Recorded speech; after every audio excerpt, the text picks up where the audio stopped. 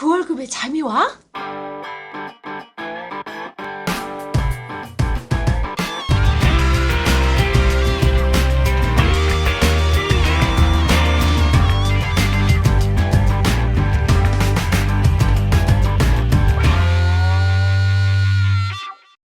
그 월급의 잠이와는 월급이 전부인 2천만 월급쟁이들의 불면증을 해소하는 방송입니다. 안녕하세요. 머니스토리 TV 뭉치 양수민입니다. 반갑습니다. 예, 반갑습니다. 이창구입니다. 우리 사부님 모시고 또 강의 들을 시간인데 설레네 또. 어떠세요? 우리 사부님은 실질적으로 그 현업에서 우리 그 이창구의 경제가해라는 타이틀로 실질적으로 이제 고객분들 모시고 경제가해를 진행하고 있지 않습니까? 예, 그렇습니다. 보통 몇 분이랑 진행을 하세요? 뭐 1대1로 하시나요? 아니면 그룹으로 진행하시나요? 아주 다양한 형태가 있습니다. 네네네. 그 1대1로 개인 과외를 진행하는 경우도 있고요. 예, 그리고 가족 단위로 그러니까 부부 또는 이제 아이들까지 포함을 해서 아이들까지? 예, 예, 가족 단위로 경제 과외를 진행을 하는 경우도 있고 또는 뭐 친구들이나 이런 소모임 뭐 한 4-5명 정도 이런 소모임에서 우리 수다만 떨지 말고 좀 이제 의미 있는 공부를 한번 해보자 해서 초청을 해주셔서 강의를 하는 경우도 이렇게 있고요. 그리고 좀 더 이제 크게는 일반 기업체에서 이 교육 프로그램에서 이런 경제 과외를 또 그 요청을 해서 뭐 20명, 뭐 50명 이렇게 이제 여러 인원들을 두고 이렇게 진행을 하기도 합니다. 아주 다양한 여러 가지 형태가 있습니다. 공짜로 하진 않죠? 예, 그렇습니다. 받으시죠? 예, 과외비를 받고 있죠. 근데 우리 가입비를 받고 있는데 우리 팟캐스트는 그 월점에서는 그냥 팍 풀어버리잖아 공짜로. 예. 왜 그러세요 근데? 우리 청취자들을 사랑하기 때문에 그렇죠. 사랑하기 때문에 말만? 그래서 저희가 이제 뭐 방송 하다 보면 이제 사석에서 이런 얘기 많이 하는데 이게 겨울잠, 즉 겨울금에도 잠이 오게 하려는 이 사명감이랄까? 이런 게 생겨요, 실질적으로. 안 그러셨어요? 예. 계속 하다 보면 이게 사명감이 생겨버려, 이게. 그래서, 뭔지를 잘 모르겠지만, 사명감 있고 하다 보면, 또 이런 것들이 실질적으로 또 저희한테도 궁극적으로는 많은 좀 보람으로 작용되고 있는 것 같습니다. 그래서 좀 많이들 들으시고, 많이들 이해하시고, 그리고 많이들 당하지 마세요. 제발 좀. 그래서, 우리 청취자분들이 많이 좀 그 월급에도 편하게 잠잘 수 있도록 저희 열심히 노력하도록 하겠습니다. 오늘은 5년 중국, 5년 후에 중국, 한국을 통해서 본다. 네 번째 시간. 또 갖도록 하겠습니다. 지난 3시간 동안에 중국에 대한 변화, 한국을 통해서 많은 자화상, 그리고 그걸 통해서 소비 구조의 변화, 이제 산업 구조의 변화까지 알아봤고요. 오늘은 이제 어떤 또 변화에 대해서 말씀해 주실지 우리 사부님 모시고 강의 듣도록 하겠습니다. 예. 한국과 중국이 여러 면에서 유사함을 말씀을 드렸는데요. 이 산업 구조도 비슷한 모습, 소비 구조도 비슷한 모습, 인구 구조도 비슷한 모습을 그려가고 있는데 불행하게도 좀 안 좋은 모습인 부채 구조, 이 모습도 중국이 한국하고 아주 유사한 모습을 보이고 있거든요. 그래서 이런 부채 구조를 정리하는 그런 어떤 이 구조조정 이런 모습도 중국이 향후에 한국이 겪었던 모습하고 유사하게 진행되지 않을까 뭐 그런 우려들을 하고 있는데 그래서 지금 중국의 이 부채 구조와 관련해서 우려하는 이런 모습이 중국만의 문제가 아니고 그리고 중국은 일본이 부채를 구조조정을 잘 못함으로 해서 20년 이상 장기 불황을 겪는 모습을 봤고 한국이 시장에 통제하기 힘든 갑작스런 이런 구조조정으로 해서 통제하지 못하는 그런 무질서를 봐왔기 때문에 일본과 중국의 단점들을 보완을 한 어떤 중국만의 이 부채 구조 조정의 모습을 그려갈 것이다 라고 하는 그 모습을 해서 너무 우려하지 말자 그런 내용으로 중국의 부채 구조 변화를 말씀을 드리고요. 그리고 결론적으로 그 중국의 변화 속에서 우리는 어떤 기회를 찾을 것이냐라고 하는 걸 오늘 마지막으로 정리를 하도록 하겠습니다. 그렇죠. 중국 그 부채 관련돼서 뭐 경착륙 이슈뿐만 아니라 이런 게 또 실질적인 금융 위기에 도화점이 될 수도 있다. 이런 분석이 많이 나오고 있는데 관련돼서 오늘 의미 있는 시간이었을 것 같습니다. 네. 지금 뭐 여기 이제 슬라이드를 보시면은 부채 구조 조정, 디레버리징 압력이 확대되고 있는 중국 경제를 나타내고 있는 여러 가지 이제 지표들이 나타나고 있는데요. 네. 이게 과연 중국만의 문제였을까? 아주 비슷한 그런 이 대깔꼬마니 모습으로 해서 1997년도 9월 26일에 또 기사가 있어요? 예, 연합뉴스에서 나왔던 기사가 있는데 네. 그 기사가 지금 중국의 모습하고 너무나 유사하거든요.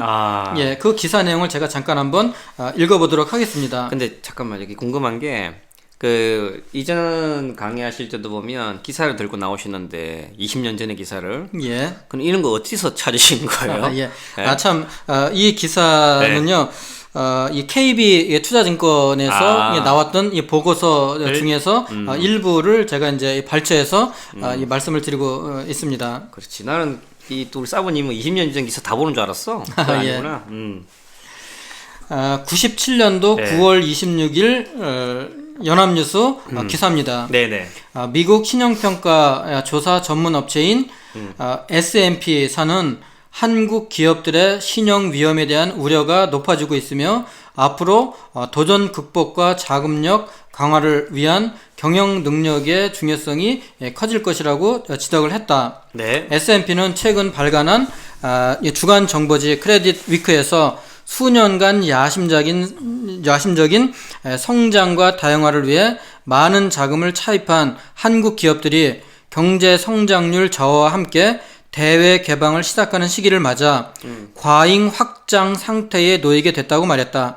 S&P는 한국 기업들이 확장에 필요한 자금을 조달하기 위해 가능한 모든 금융산을 이용했으며 네. 때로는 국내 자본시장의 취약성과 가족 경영권 유지 때문에 이러한 차입이 이루어졌다고 분석했다.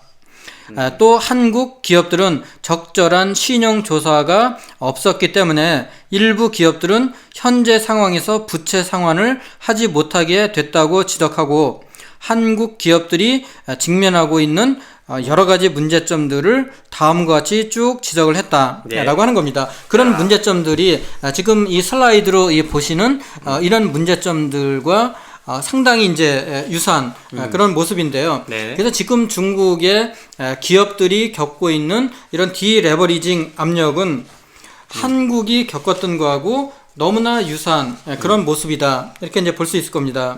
그렇네요. 네. 예. 중국 역시도 이 부채 비중이 특히 기업 부채가 기형적으로 굉장히 높아지고 있는데요. 네. 작년 2014년 연말을 기준으로 보면은 국가 전체적인 부채 총량은 중국이 그렇게 이제 높은 수준은 아니에요.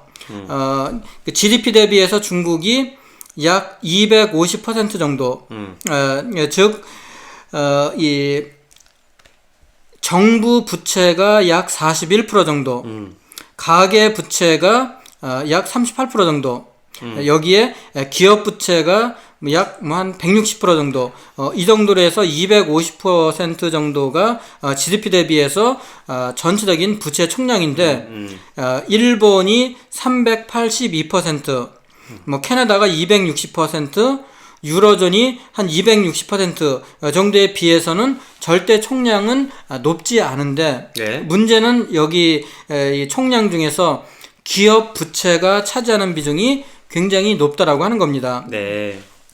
이 기업 부채가 굉장히 높은, 이거를 해소하려고 하면은 공급 과잉이 해소가 돼야 되거든요. 그렇죠. 그래서 이 네. 공급 과잉을 해소하는 방법은 수요가 확대가 되는 그런 방법이 가장 바람직한 방법이겠죠. 수요가 확대가 되려고 하면은 내수가 확대가 되거나 수출이 증가가 돼야 되는데, 네. 지금 전 세계적인 경제의 불황으로 해서 중국의 이런 그 수요를 확대시키는 거, 이거는 상당히 이제 쉽지 않기 때문에 네네. 결국은 생산을 축소하는 구조 조정이 진행돼야 되는 거죠. 그래서 이제 중국 정부는 수출 증대는 굉장히 어렵기 때문에 수출보다는 내수를 좀 끌어올리는 이런 정책들을 지난 3년 동안 써왔는데 그렇지. 이런 네. 내수를 끌어올리는 수요 진작이 이게 경제 이론처럼 단기간에 끌어올리는 게 굉장히 어렵거든요. 그렇죠. 그래서 기업 투자하고는 달리 가계 소비가 네. 국가가 인위적으로 이렇게 끌어올릴 만한 성질이 아니다. 이게 결국은 지난 3년여에 걸쳐서 시진핑 주석이 이 내수를 끌어올리고 그 다음에 제조업을 고도화시키는 거 이거의 한계를 결국은 2016년 이제는 본격적으로 이 제조 설비의 공급 과잉 문제를 해소하겠다라고 하는 구조 조정을 이제 본격화하는 거죠. 네. 그래서 이런 디레버리징의 발생 경로를 KB투자증권, KB투자증권에서는 세 가지 시나리오의 경로를 제시를 했는데요. 네네. 첫 번째, 이 가능성은 좀 상당히 좀 이제 시박한 약 10% 정도의 가능성을 가지고 네.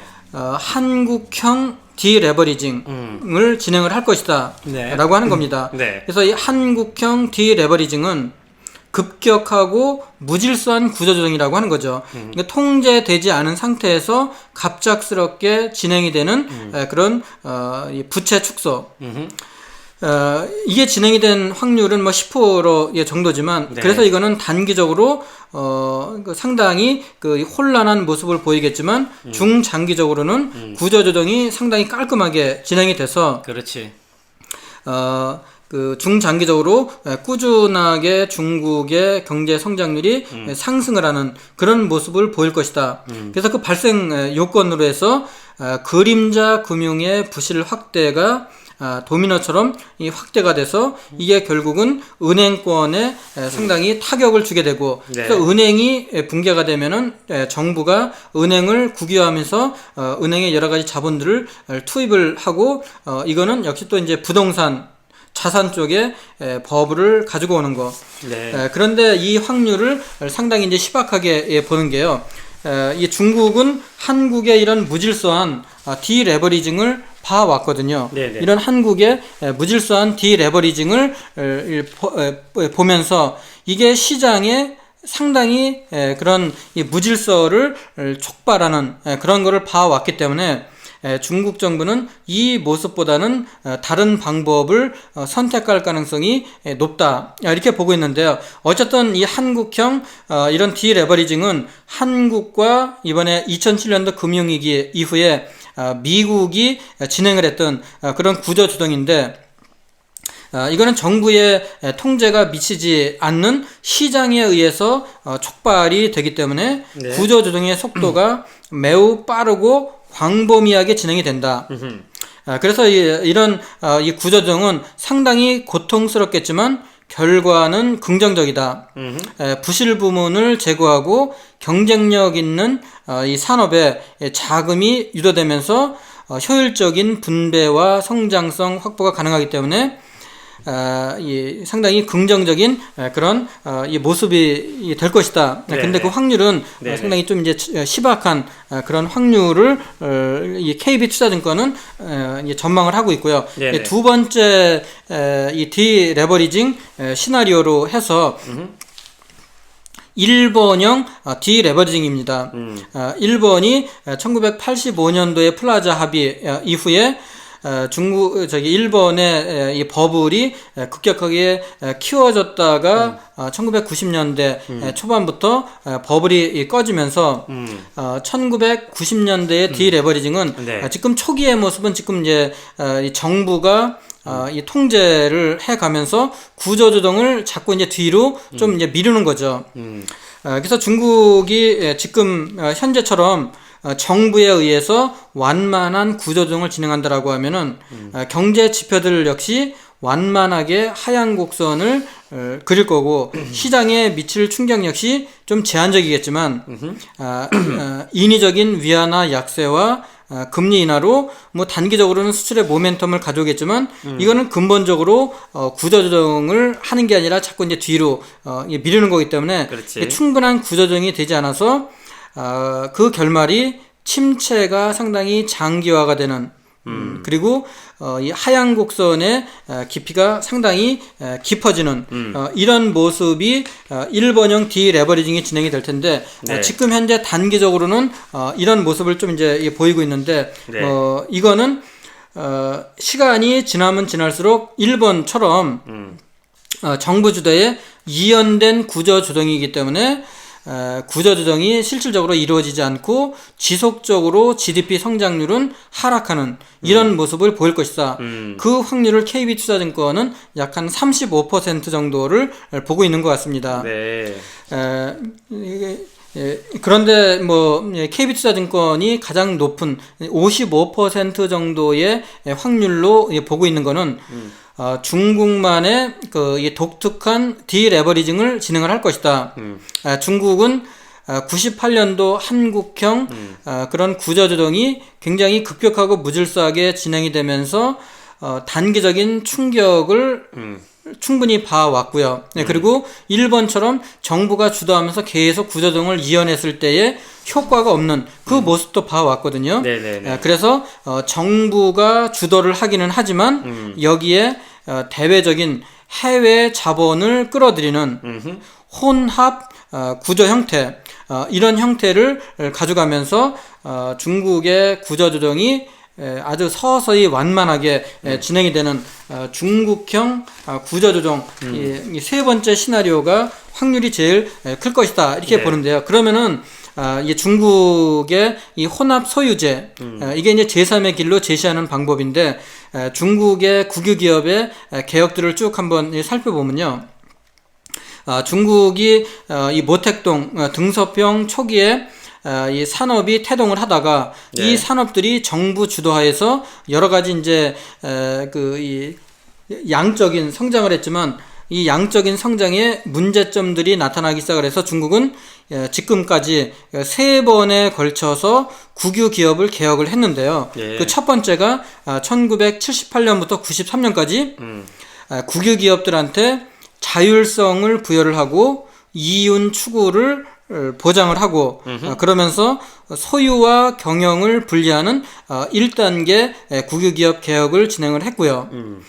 그리고 93년부터 2013년까지 2단계 구조 개혁을 진행을 했는데 이거는 현대적인 기업, 대형 국유기업에 집중을 해서 이 국유기업들이 이 소형화된 이 많은 기업들을 합쳐서 대형화를 해서 국제적인 경쟁력을 가질 수 있게끔 그렇게 이제 키우는 그런 전략을 써왔던 게 2단계의 전략이었었고요. 네네. 이 3단계는 2015년 말부터 지금 중국 정부가 진행하고 있는 국유 기업의 주식시장 상장과 국유 기업 간의 적극적인 합병 이게 바로 이제 혼합 소유제입니다. 네. 그래서 이런 혼합 소유제를 좀 더 이제 구체적으로 한번 살펴보면요. 이게 지난 13차 5개년 기획에서 국유기업 개혁 심화에 관한 지도 의견에서 이제 이게 나왔던 내용인데요. 현대 시장 체제 정비 가속화, 네. 정부 직능의 전환, 재정과 세제 개혁의 심화, 혼합 소유제 적극 발전, 국유기업 구조조정을 2020년까지 마무리해서 정부가 보유한 국유기업을 매각해서 혼합 소유제의 개혁을 확대하겠다. 네. 이 혼합 소유제의 이 확대는 외국인 투자자들을 끌어들이겠다. 그래서 외국인 투자자들을 끌어들여서 투자 지분 내에서 외국인들이 적극적으로 지분을 사들이게 하겠다. 이게 바로 이제 중국이 두 번에 걸쳐서 상해 시장과 홍콩 시장을 연결시키는 그런 주식 시장의 1단계 개방. 그리고 이게 지금은 이제 잠시 조금 이제 유보가 되고 있지만 이 심천시장과 이 상해시장을 연결시키는 이런 이 방법들, 이런 것들이 이 외국인들을 끌어들이는 그런 전략이고요. 그리고 이 외국인들을 끌어들여서 국유기업들의 이 민간 자본들을 통한 구조조정에다가 남아있는 기업들 역시도 이런 국유기업들을 적극적으로 상장하고 합병을 적극적으로 추진하겠다. 네. 이런 내용들이 이 혼합소유제의 방법이고요. 이런 혼합소유제를 진행을 하려고 하면은 중국 정부가 대외적인 개방을 적극적으로 진행을 해야 될 거고요. 그리고 이 적극적인 대외 개방뿐만 아니라 중국의 주식시장이 붕괴가 되지 않고 중국의 주식시장이 어느 정도 버텨줘야 되거든요. 네. 그래서 이런 그 제3의 이 혼합소유제는 이 특이한 이런 이 구조조정의 이 방식이 외국인 투자자들에게 이 매력을 느껴야 되기 때문에 그래서 이게 이제 이 환율 시장에서도 대외적인 개방을 더 진행을 해야 되고 이게 그러면은 중국 정부가 구조조정을 함으로 해서 이 오는 그런 충격들 이런 것들을 그렇지. 민간 자본과 해외 자본에게 이 충격을 좀 분산시키고 완화시키겠다. 이런 민간의 이양 이거는 구조조정의 폐해를 줄이면서 그리고 사회 전체적인 그런 위험 요인은 제한시키겠다. 네. 이게 이제 중국 정부가 진행하고 있는 이 혼합 소유제 이런 구조조정의 방법이라고 볼 수가 있을 겁니다. 상담을 원하시는 분은 머니스토리 TV 홈페이지 따다따.moneystory.tv에 오셔서 상담 신청을 클릭해 주세요. 끝. 그래서 지금 중국 정부의 구조 조정과 관련된 중국의 부채 과다 이런 문제, 투자의 과다 이런 문제는 중국만의 문제가 아니고 비슷한 길을 일본도 겪었고 네. 한국도 겪었고 네. 그리고 그 길을 지금 중국이 가고 있는데 중국은 한국과 일본의 대응 이 방안에서 문제점들을 미리 충분하게 공부를 했기 때문에 각각의 문제점들의 최소화와 중국에 가지고 있는 그런 장점을 극대화시키는 혼합 소유제 이런 방법이 중국의 구조조정에 좀 연착륙을 기대할 수 있을 것이다. 그렇게 이제 KB투자증권은 분석 보고에서 이야기를 하고 있습니다. 네. 그래서 이런 중국의 부채 구조의 변화는 너무 두려움을 가질 필요 없다. 여기에서 그러면 우리는 중국의 다양한 변화 속에서 오히려 투자 기회를 찾아보는 게 좋지 않겠냐. 네. 이렇게 생각이 듭니다. 특히 이제 지금 이제 봄이 되고 있는데요. 이런 이제 봄이 되면은 중국의 스모그가 굉장히 심하죠. 그래서 중국의 이 스모그가 뭐 낮이나 밤이나 굉장히 심해서 중국의 시계가 아주 뿌옇게 이렇게 이제 흐려져 있는데 이런 중국의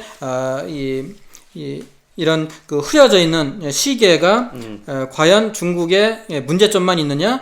지속해서 말씀드렸지만 인구 구조, 네. 소비 구조, 네. 산업 구조, 부채 구조도 일본과 한국이 겪었던 그런 길을 중국이 가고 있고 네. 그리고 중국이 지금 뉴 이코노미라고 해서 진행하고 있는 13차 5개년 기획이 구경제의 문제점들을 극복을 하면서 신경제로 나아가고 있는 이런 모습은 우리나라가 중진국 진입 이후에 93년부터 98년도에 그렸던 그런 청사진의 모습과 너무나 지금 유사한 모습을 보이고 있고 네. 우리나라도 잘 극복해서 갔듯이 중국도 잘 극복해서 가고 있으리라고 이렇게 기대를 해보고요. 네, 그래서 네. 이런 13차 5개년 기획에 진행이 되는 지난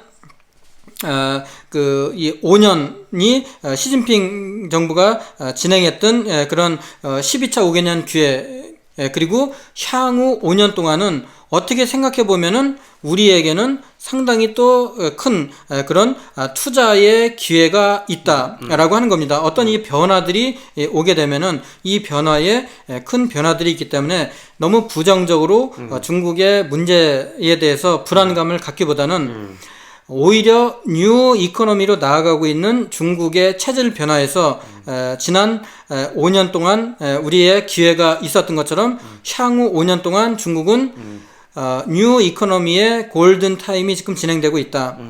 여기서 우리는 기회를 찾아보는 게 좋겠다라고 하는 겁니다. 그래서 이런 쪽에서 중장기 아이디어를 찾아본다라고 하면은 정부에서 민간 주도 방식으로 이 중국의 이 산업이 바뀌게 되고요. 그리고 2차 산업 중심의 제조업에서 3차 산업 중심의 서비스업으로 전환이 되고, 그리고 은행 대출 위주의 그런 금융 자본시장이 유통시장, 간접시장인 자본시장으로 성장이 발전이 되고, 그리고 이 시기에 우리나라가 외국인에게 주식시장을 개방한 것과 마찬가지로 중국도 혼합 소유제라고 하는 그런 독특한 그런 구조적 방식으로 자본시장이 상당히 더 커질 수 있다. 네. 이런 거를 통해서 지금 중국은 이 자연스러운 이 성장 과정의 통증을 지금 지나고 있다. 그래서 중국에서 벌어졌던 일들이 신흥국들이 선진시장으로 발돋움하는 그런 경제 성장 경로에서 예외 없이 있었던 자연스러운 현상이고, 지난 5년 동안 중국에서 벌어졌던 일들이 자연스러운 그런 수순이었다라고 하면은 5년 후에 중국은 특별하지 않다.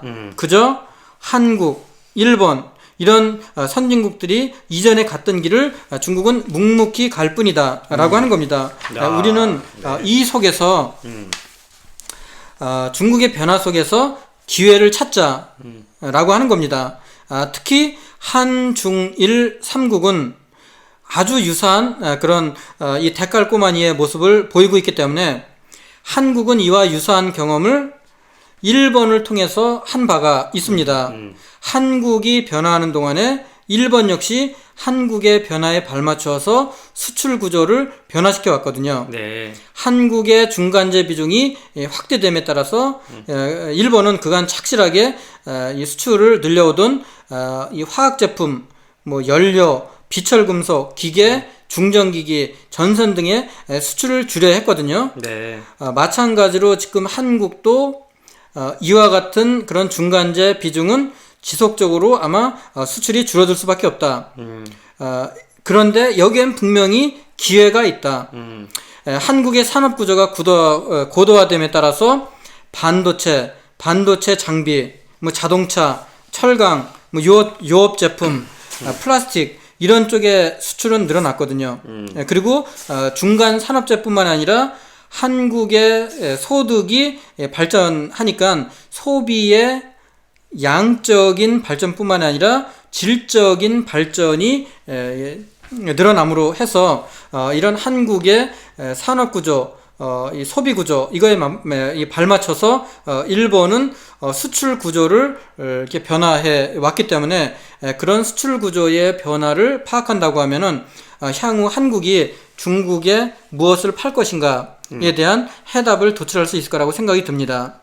야, 끝인가요? 예, 그렇습니다. 야, 우리 네 개째죠? 네 예. 번째 시간이죠. 그 중국 변화를 한국을 통해서 본다. 아주 큰 의미 있는 시간이었던 것 같아요. 지금 뭐 시장이 변동성이 크니까 되게 막연한 두려움들이 많이 있으세요. 특히나 중국 시장에 대해서 많이 물리신 분들도 많이 있으신데, 뭐든지 모르면 들어봐요. 맞죠? 이게 소나기인지 아니면 장마인지 그에 대한 이제 판단이 필요한 건데, 오늘 그런 걸 이해할 수 있는 아주 의미 있는 시간이었던 것 같습니다. 우리 이사님, 사모님 강의를 들으면 마음이 편안해져. 마음이 편안해지고, 이 현재 일어나고 있는 것들에 대한 이해가 자연스럽게 되고, 그런 부분들이 실질적으로, 많은 실질적으로 도움이 되고 있는 것 같습니다. 우리 사부님 강의 잘 들으시고요. 혹시라도 도움 되시면 우리 사부님한테 감사하다고 고맙다고 이런 메일이라도 한 통 보내주세요. 이분 그런 거라도 보내주시면 우리 사분이 아마 기쁜 마음에 다음에 더 좋은 콘텐츠로 우리 청취자분들에게 보답해 주실 거라 그러시죠? 예, 그렇습니다. 믿습니다. 우리 긴 시간 수고해 주신 우리 사분들께 감사의 말씀 드리면서 저희 방송 오늘 여기까지 하겠습니다. 감사합니다. 예, 감사합니다.